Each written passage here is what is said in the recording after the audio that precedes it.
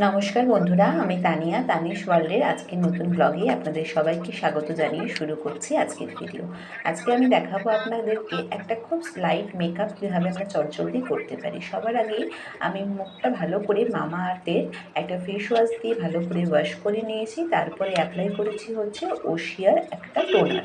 তারপরে আমি আবার অ্যাপ্লাই করেছি মামা আর্থের একটা ময়শ্চারাইজার। কিন্তু এই সবকটা অ্যাপ্লাইয়ের মধ্যে কিন্তু খুব অবশ্যইভাবে 2 থেকে 2.5 মিনিটের মতো গ্যাপ রাখতে হবে, নাহলে কিন্তু মেকআপটা ভালো করে সেট হবে না।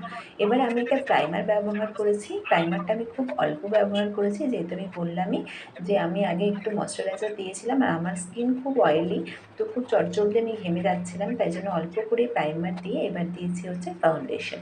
এটা ফিটমির একটা ফাউন্ডেশন। এই ফাউন্ডেশনটার শেডটা আছে, তোমরা যদি কেউ জানতে চাও আমাকে কমেন্টস করতে পারো, আমি অবশ্যই তোমাদেরকে শেড নাম্বারটা দিয়ে দেবো। অবশ্যই